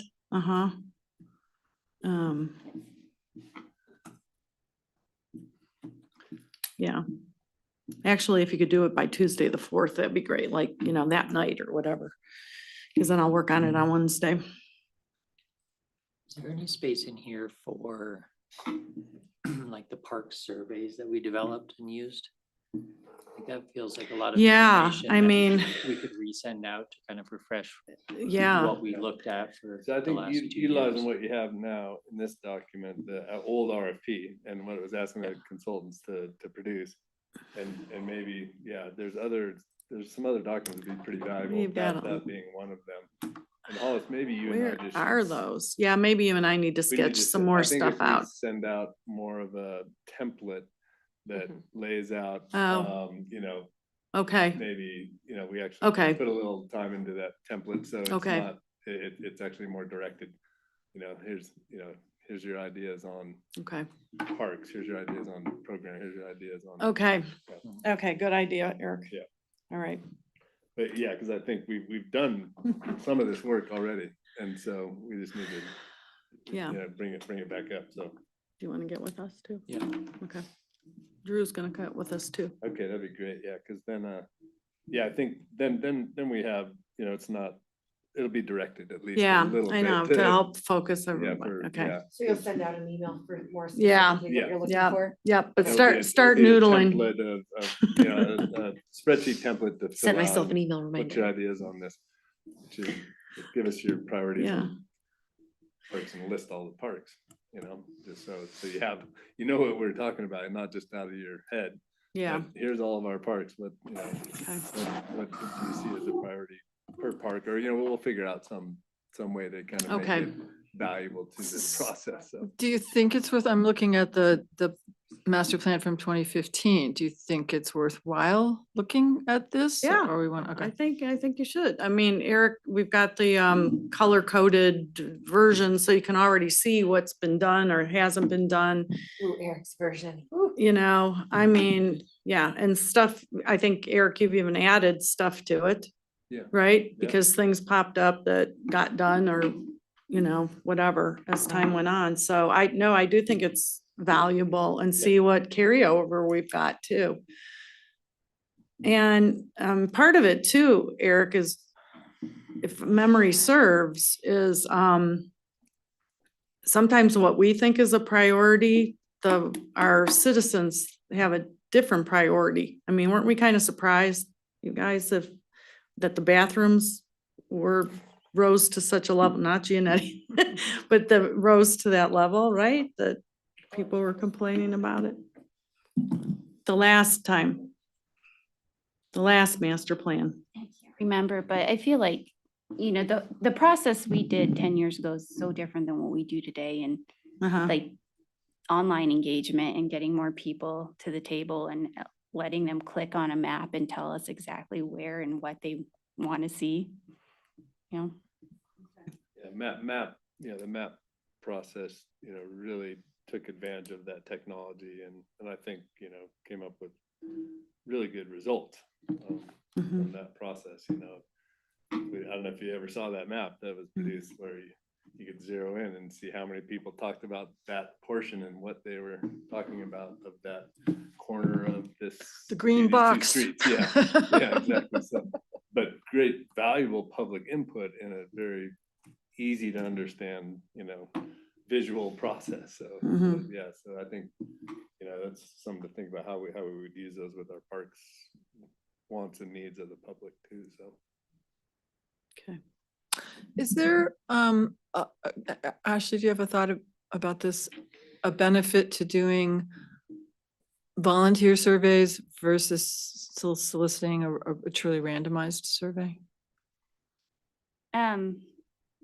It costs a lot more money to randomize a survey. But is the data better?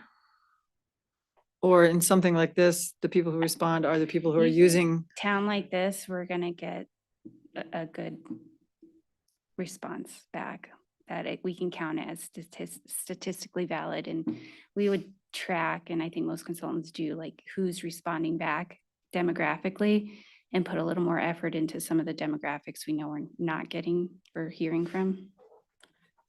And I think that's going to be a thing too with this one. Like, the last master plan didn't focus on age-friendly communities, and we have a big. Right. And the Latino advisory committee. And we've had, I don't know that we've been getting the full spectrum. We have a new Latino advisory commission, so that we didn't exist before. So we'll definitely want to utilize them in this. Yeah, in this it was a process. struggle the last time to get that feedback. It was. So. And that was a struggle with age friendly too, reaching into And that. it probably still will be, but yeah. For our survey. Yeah. Data, reaching into the Latino community was hard. Yeah. And things that are just like online and here, you come to us didn't work. It was really having to go into those communities to get any feedback, to have Latinos who would push in and would do things that we wouldn't do, interrupting people at lunch at, the restaurants, the Latino restaurants over there. So that was, and I think I just feel like it's really important for our recreation efforts to get more of that. Oh boy, it's gonna be hard. Yeah. I mean, when you think back on 2015, I mean, it's a lot of work, but boy, did it pay us back. I think, the process paid us back the last 10 years, really gave us focus. During budget time, I went right to that document and said, what did it say? And so the value's there with the work that's done. So. Yeah. Eric Lamb, do you have any questions or? Want to add to this? I'll do my homework. I think a template is a good idea that we can all use. So that way, when you put it together, Hollis, you're not drawing from all different kinds of input from us. Yep, okay, got it. Oh, if you want me to do a form, I can. I'm very good at making forms. So if you get me the template, it'll take me 5 minutes to turn into a form, which means that we get all the answers in a nice, beautiful fashion. So this is how we all answered this one question. This is how we all answered that. Oh, what program are you using? Forms, Microsoft Forms or Oh, Google Forms, they're all, there's a okay. couple different ones that I could do it Okay. in. It would take me 20 minutes that I could change your template into that and I can make that commitment for you. So Yes. you may have to call me or bribe me with wine, but no. You better answer. You know what You makes better me work. answer. So you guys are gonna send us something, we're gonna reply Yeah. by the 4th. Yep, but noodle, be noodling if some, you get a shower idea or something, make a note of it. So, okay. What time's the meeting next week, Eric, again? 5:30. To 6:30? Till 7. To 7. What are you doing at 7 o'clock next week on Wednesday? Which one? That's the special, that's. The special Special events events, one? yeah. Oh, yeah. Okay. Staff, are we good with this then, where we're going? Okay. Staff reports. Eric. Yeah, so the 30, 60, 90, we kind of put the 2025 projects in there under the pink colorization, so you can kind of see what our focus will be for the next year. And so all the data and info's there. Just want to answer any questions if anybody has any. So, and then we'll the other thing I wanted to mention is we had a very interesting first Friday at our family skate night. What Yes. happened? We had great ice in the morning. We're out there, jumping on it, checking it out. Hey, we're ready to roll. That day got warmer and warmer and Oh. warmer, and then the night got warmer and warmer. And We had a warmer. beach party? And no, we had a break through the ice. So we put a bunch of people on the ice and icebergs. Yep. Wet kids. Kids had a ball. They didn't, I'm sure they did. they didn't care. They had a You didn't have ball. to do any water rescues though, or Well, anything, we had did We you? had a lifeguard on duty, yes, so we did not need to use them, but yeah, unfortunately that night it was really weird and you could actually watch somebody skate across the ice and the ice was moving with them. Very strange evening, but right now the ice is perfect, so solid as it ever can be. Brought my So kids earlier that day and yeah, you had it closed off. I was like, oh, they're saving it for tonight. it was perfect earlier that day. It was cold night. It was frozen solid. Yeah. But it was well attended and everybody had a good time. Yeah, that is true. Hot dogs were consumed and s'mores and yeah. It was a great temperature, man. Some of those Yeah. past years have been. It was, Cold. that's why so many people were out. It was nice and warm. Jeez. But but our ice rinks are up and running, and I'll let Margaret cover the stuff, but they're great right now. So go ahead. It's all you for your report. Since we've met last, programs that have closed, we had a successful senior trip. It was full. Girls basketball officially finished, and we will continue to have the split of girls and boys for the seasons, just so that we can expand the programs.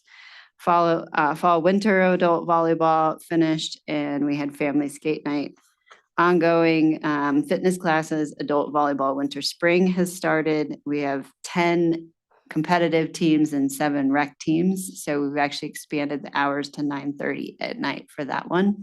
So past rec center closures. Broom ball started tonight.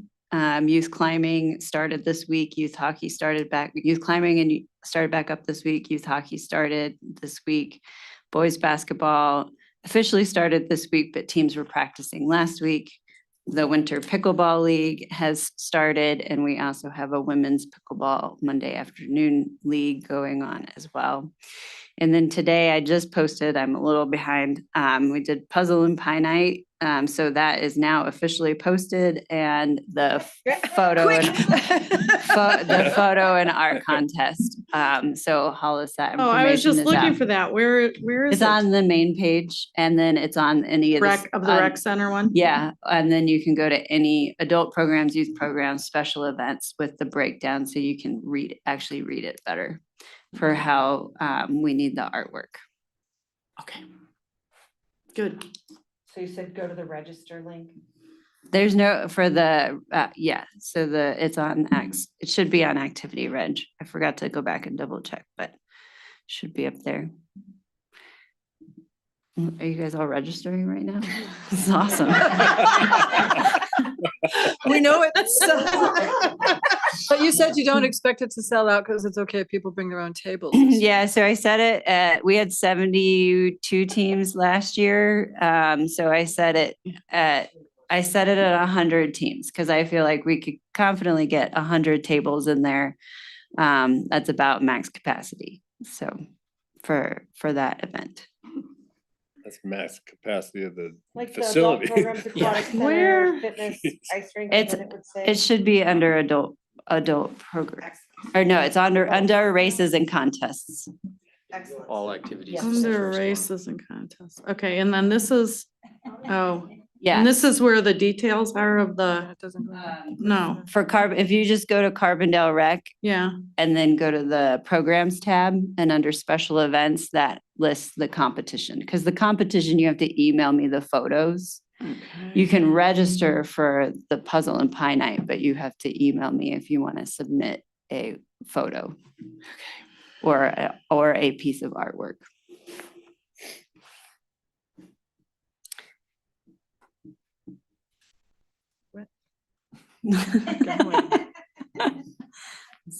So thank you for registering.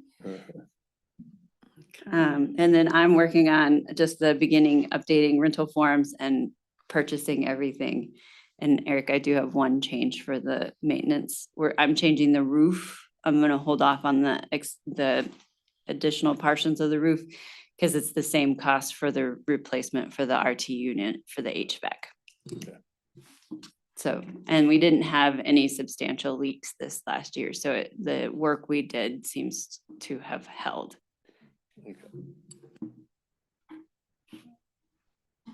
Okay. I don't see the part about the pictures, but. You have to go a little, they're not sequential by date. Maybe it's by end date. But if you scroll down on all activities, under early release cribbage, youth climbing, then there's the photo contest. It's listed first under special programs or special events. Yeah, I see the puzzle and pie, there's the photo contest. Just scroll down. Thanks, Rachel.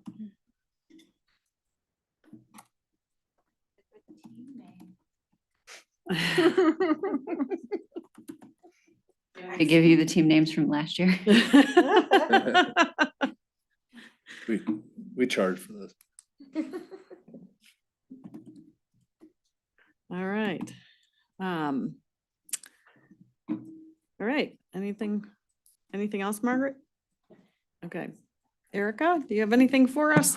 I don't. I mean, we. Happy New Year. Well, we didn't have a meeting yesterday because yesterday was the first Tuesday. Our second Tuesday is until next week. Oh, And then we met at the beginning of December instead of on Christmas Eve.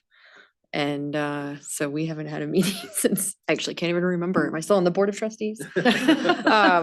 Yeah, so I actually don't know. I didn't have my notebook in my backpack like I usually do. And so I don't have upcoming agenda items either. So if you have any questions about anything going on, email me and I'll get back to you.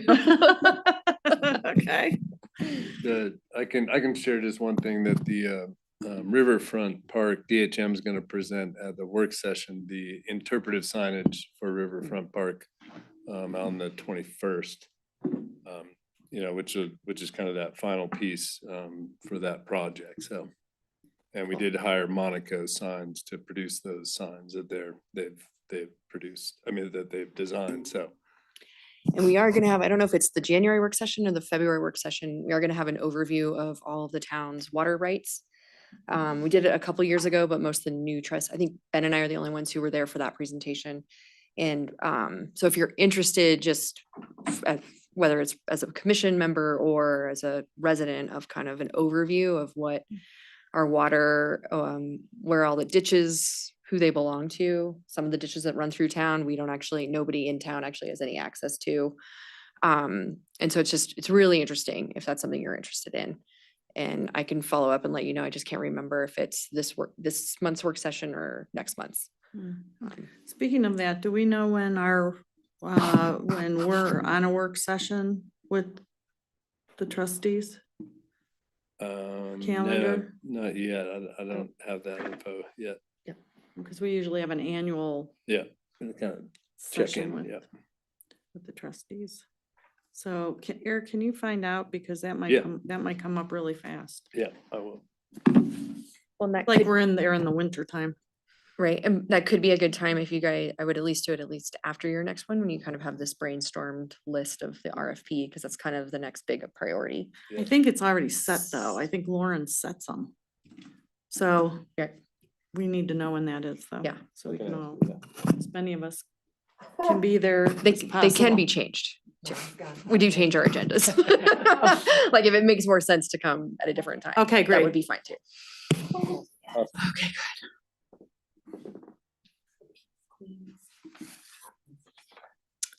All right, any commissions have anything else going on? Nope. All right. I make a motion to adjourn the meeting. Is- All in favor? Oh, nope, just kidding. You didn't say all in favor. That's you. All in favor? 2 minutes early, yay! We got you, Aye. Kay. Good to see you, Eric. We'll see you at, Thanks for being here, Eric Lamb. for a beer. Yeah, of course. Thanks for letting me listen in. Don't forget to register for Puzzle and Pie. Okay.